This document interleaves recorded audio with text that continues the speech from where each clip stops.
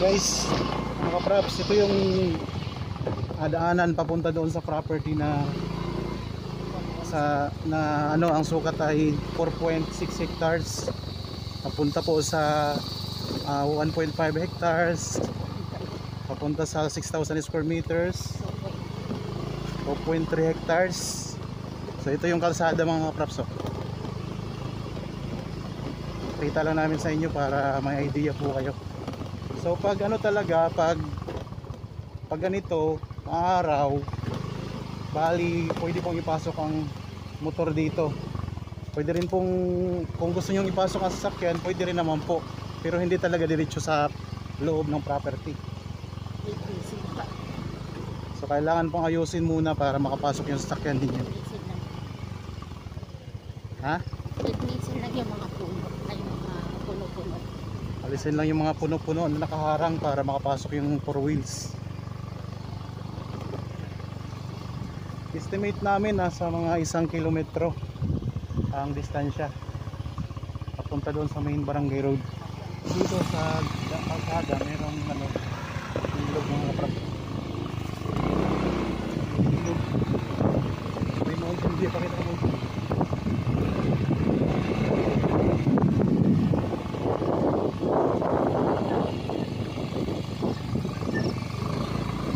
Ang ilog.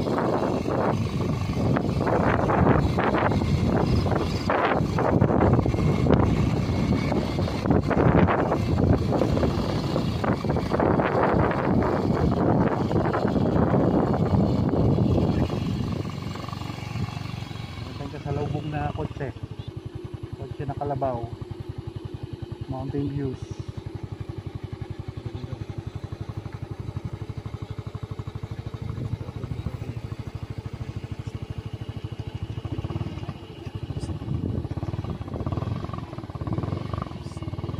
Ang ginagamit nila kapag naghakot sila ng buhangin.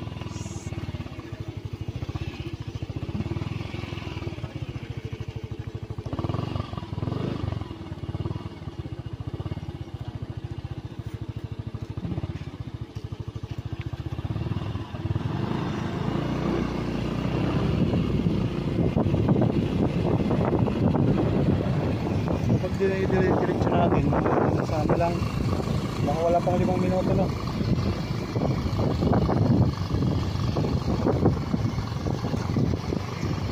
Yan, may mga property din na dinidevelop mga kaprops. Yan.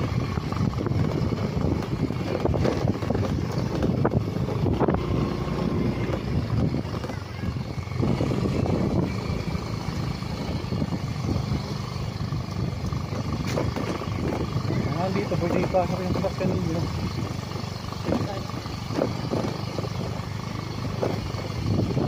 Naging salubong ang ba dito?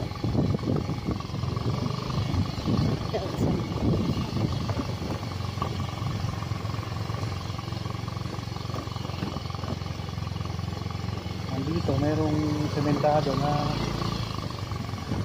kasya yung 2 gulong.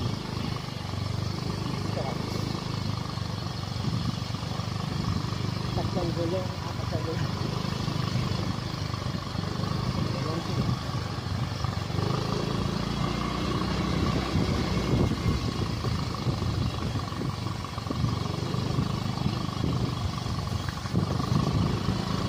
Bago na tayo mga kaplat sa main barangay road.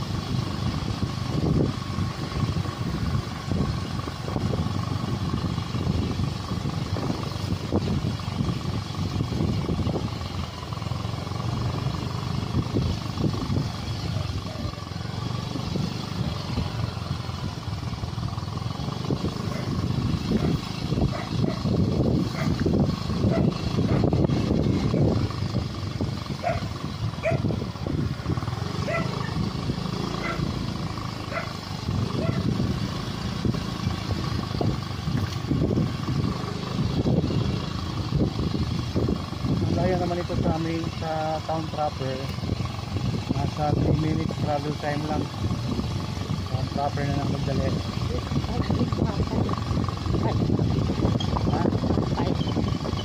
Dito 5 minutes travel.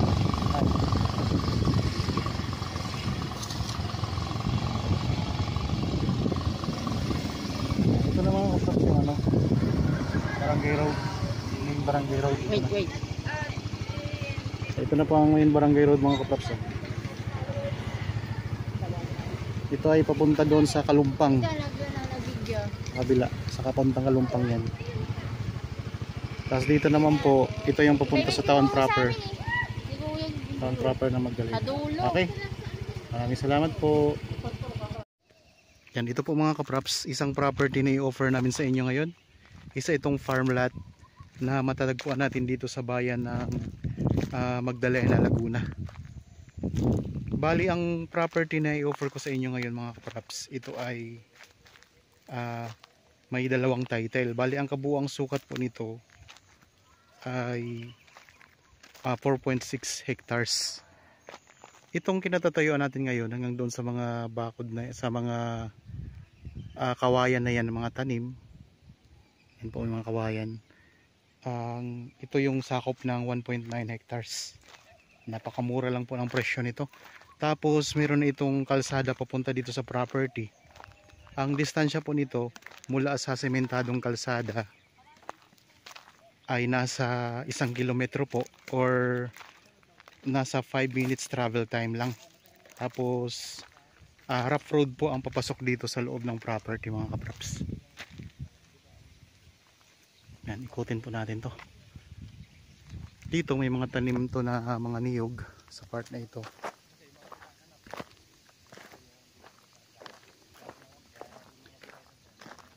Ito yung 1.9 hectares.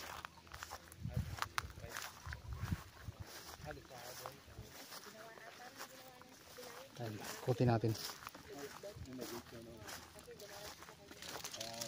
Patag na patag ang lupa dito. Tapos dito sa gilid may mga tanim na kawayan.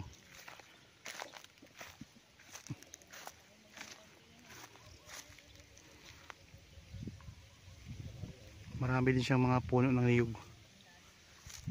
Itong part pa ng 1.9 hectares.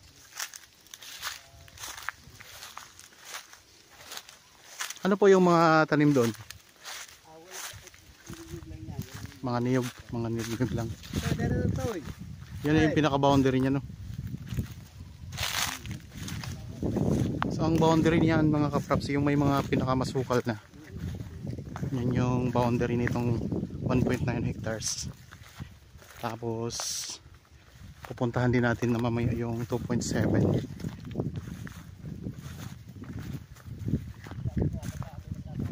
Ikot ko lang ang camera mga kapraps.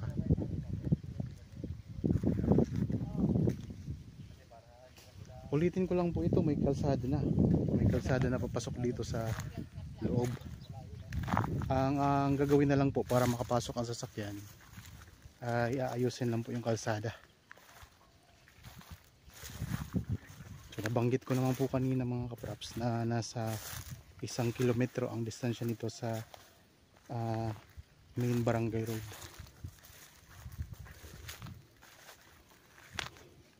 Ito ay parehong titulado.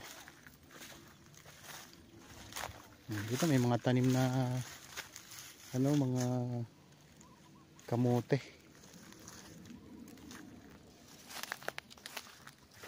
Dito sa gilid may mga tanim siya na kawayan.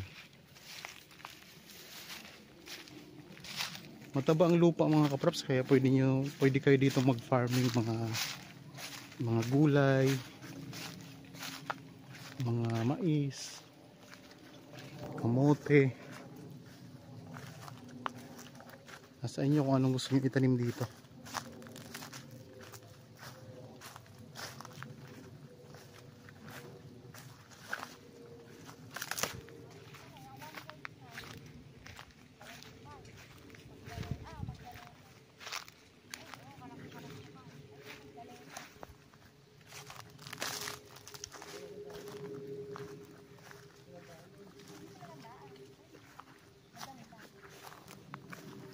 Ito.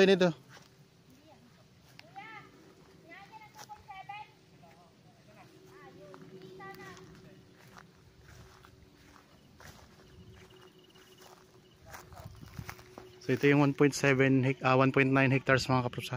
Yan. 1.9 hectares yun yung boundary niya, yung tinuturo ko.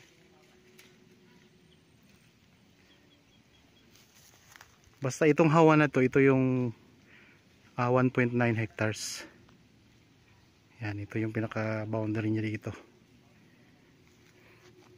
Tapos ang katabi nito, pareho po kasi itong binebenta ay 2.7. Yan, lahat-lahat nga po ay 4.6 hectares mga kapraps, isang farm lot. Ang presyo po ay nandyan, makikita nyo sa description box. Tapos ang iba pang detalye, pwede kayong tumawag sa amin. So, may contact details naman tayong nakalagay dyan sa inyong mga screen. Meron tayo dyang Viber, cellphone number, Facebook Messenger, WhatsApp, pwede rin po.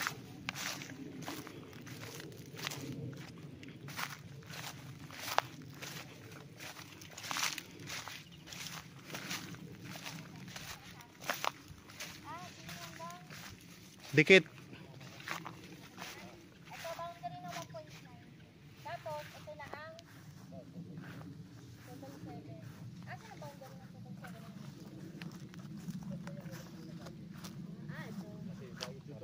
Ito 1.9. Ito may yung, hindi kasama 'to may saging sa 2.7 ba't siya?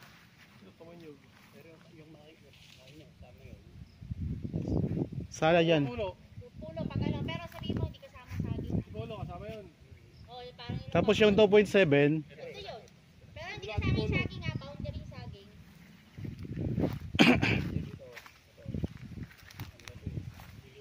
yan, ito na po mga kapraps yung 2.7 hectares. Pero ito, Yan, ito yung mga tanim din niya. dalay na pala to ba? Magdala na nga.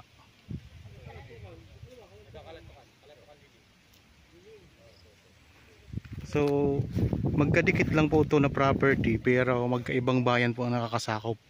Ang title nitong 2.7 ay sa Liliw, Laguna na po ito mga kapraps. Tapos ito po, itong 1.9 hectares, ito ay sakop ng Magdalena. Kaya tatawid lang tayo ng konti, ibang bayan na po ito. Tara, pasok tayo. Basta dito. Oh, yan na yan. 2.7, hindi kasama yung saging ha.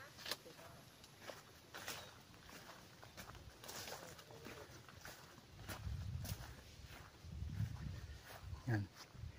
Yan yung mga tanim niya. Tapos papasok pa tayo doon sa loob. Yan, ito na po yung 2.7 hectares.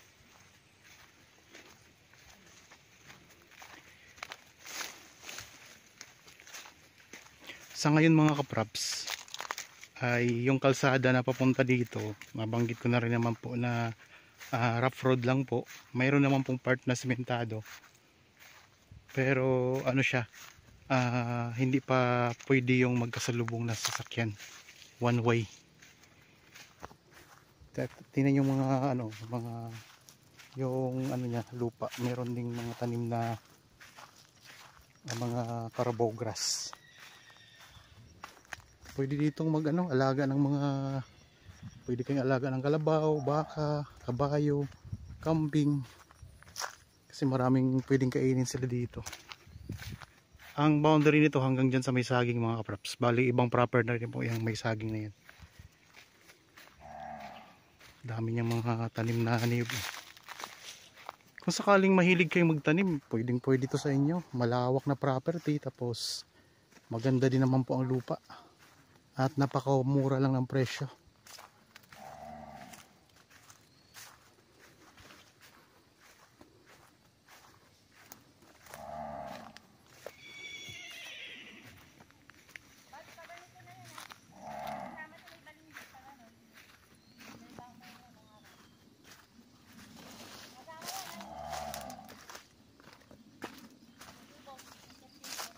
Dito sa Balimbing, punta doon.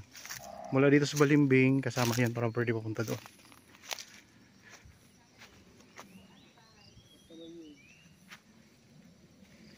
Tapos itong may bahay kasama pa. Yan, kasama po yung may bahay mga kapraps. May mga tanim na rambutan.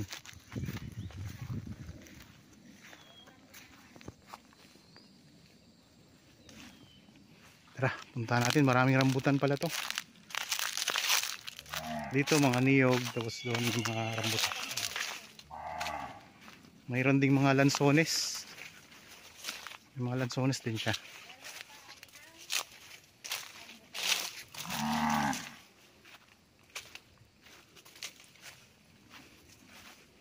Ang ganda, marami ng bulaklak yung mga rambutan.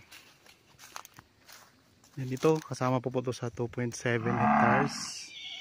Ilagang baka sila.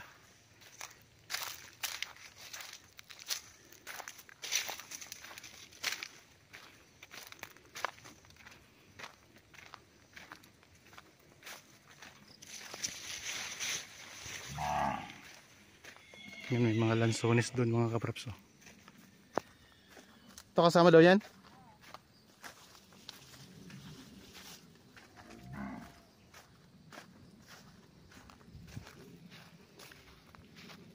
Yan, daming bulaklak. Ganda dito mga kapraps. Ang ganda. Tingnan nyo.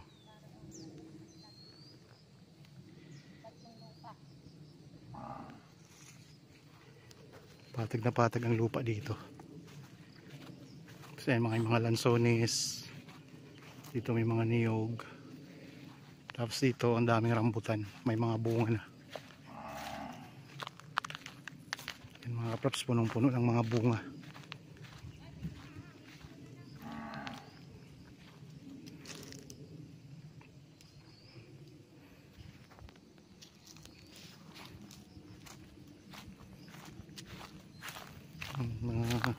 Mga puno niya hitik na hitik sa mga bunga mga kapraps.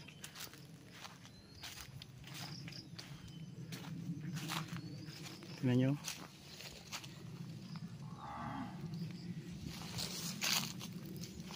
Ganda ng lugar, oh.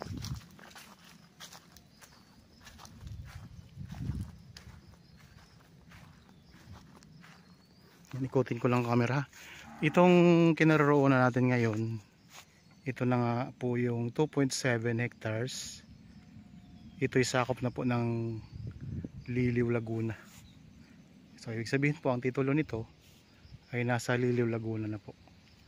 Tapos ang katabing property, isa lang kasi ang may-ari nito mga kapraps. Yung kaninang pinanggalingan natin ay 1.9 hectares. Yun, 4.6 hectares ang kabuuan, dalawang titulo. Ganda. Ganda to. Pakamura lang pati ng benta. Kaya kung kayo interested sa property, ano pang hinihintay ninyo? Makipag-ugnayan na kayo sa amin para kung sakaling gustong gusto niyo talagang property, bilhin nyo na to agad mga kapraps. Taas ito, may mga tanim dito na mga mais. Ayan, daming mais dito mga kapraps. Tapos doon naman ayan, may mga tanim na mga rambutan din doon, no? Nakita naman natin ang mga tanim nitong property ay may mga niyog, tapos meron tayong maraming rambutan, dami na pating bunga, tapos meron ding mga lansones. Ito, naani na nilang mga mais nila dito. Maganda ang lupa mga kapraps. Patag na patag din pati. Murang-mura lang ito mga kapraps.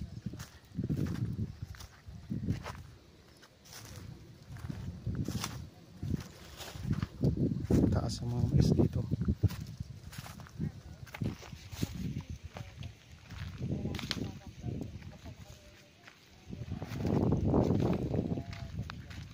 Yan, dito kumpul-kumpul din yung mga bunga ng rambutan mga kapraps, oh.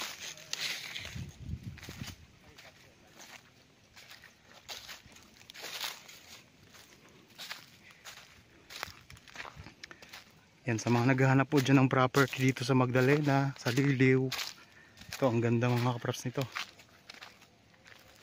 Murang-mura lang ang benta. Bali ang dadaanan natin papasok dito sa property ay ano siya, hindi pa siya sementado mga kapraps.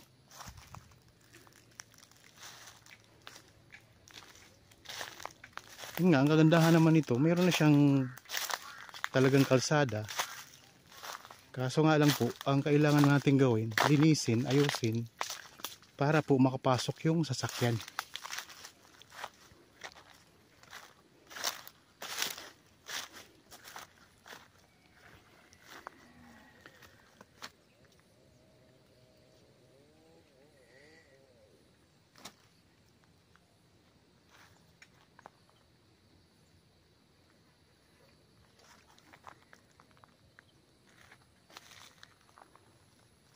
Meron ding mga kamuting kahoy siya na nakatanim.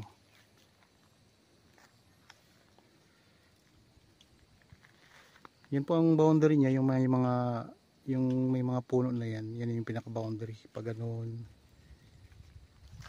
Tapos doon sa 1.9 ay na para siyang rectangle, ang halos rectangle ang korte ng lupa doon.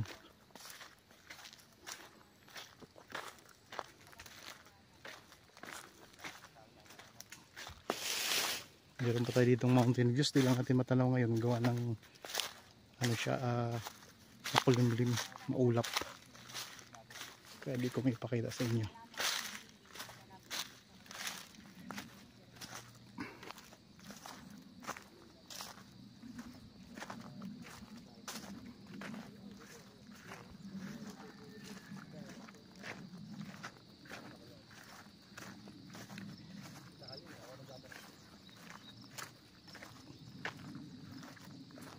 Sakaling may mga katanungan pa kayo, kontakin nyo lang po kami sa mga contact details. Makikita nyo po sa inyong mga screen, Viber, cellphone number, Facebook Messenger, meron tayong WhatsApp mga kapraps.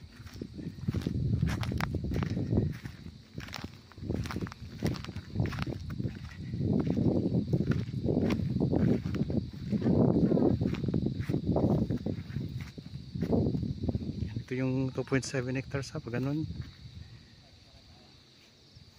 Tapos ito kasama pa yan, kasama pa to.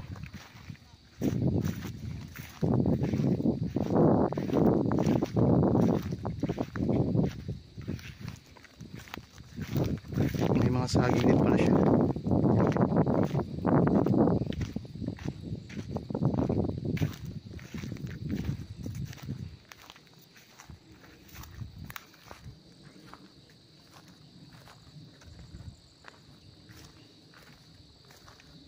Sa mga ngayon, kung may mga pampuhunan po kayo mga kapraps, pwede nyo itong bilhin buo. Tapos pwede nyo i-subdivide kasi maraming mga naghahanap ngayon ng property na farmland, yung maliliit na sukat. Kaya pag na-subdivide nyo, pwedeng tigo 1,000 square meters ang bawat cut. Mas malaki po o mas tataas po, kikita kayo ng mas maganda-ganda pag na-subdivide nyo ito.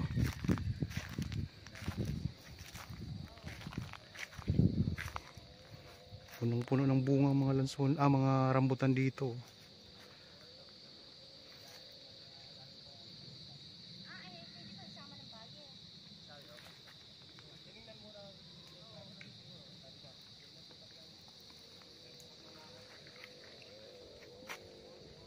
Sa mga ngayon, mga viewers po ngayon na mayroon ding property na binibenta at gusto nyo pong mahanapan ng buyer, pwede po nating i-feature natin sa YouTube channel. Tapos para mahanapan po natin siya ng potential buyer mga kapraps. Kung nandito lang kayo sa part ng Laguna, mabilis lang po namin mapuntahan yung property ninyo. Mas maganda po kung malapit lang kasi kami mismo ang pupunta sa inyong lugar para videohan, kuhanan ng video ang inyong property.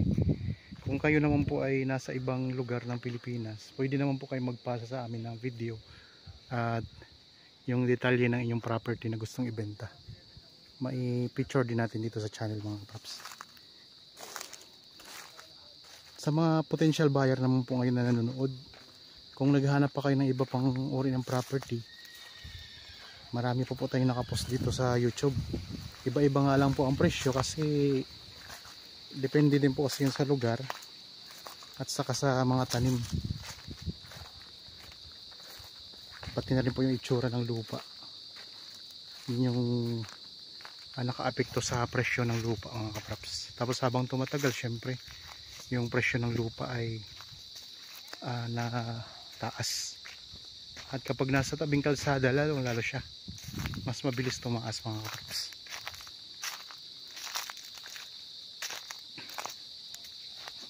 Okay, ulitin ko lang mga kapraps. Ang property na pinakita ko sa inyo ay itong kinaroroonan natin ngayon ay 2.7 hectares. Tapos yung kanina po, yung pinanggalingan natin nung simulan itong video ay 1.9.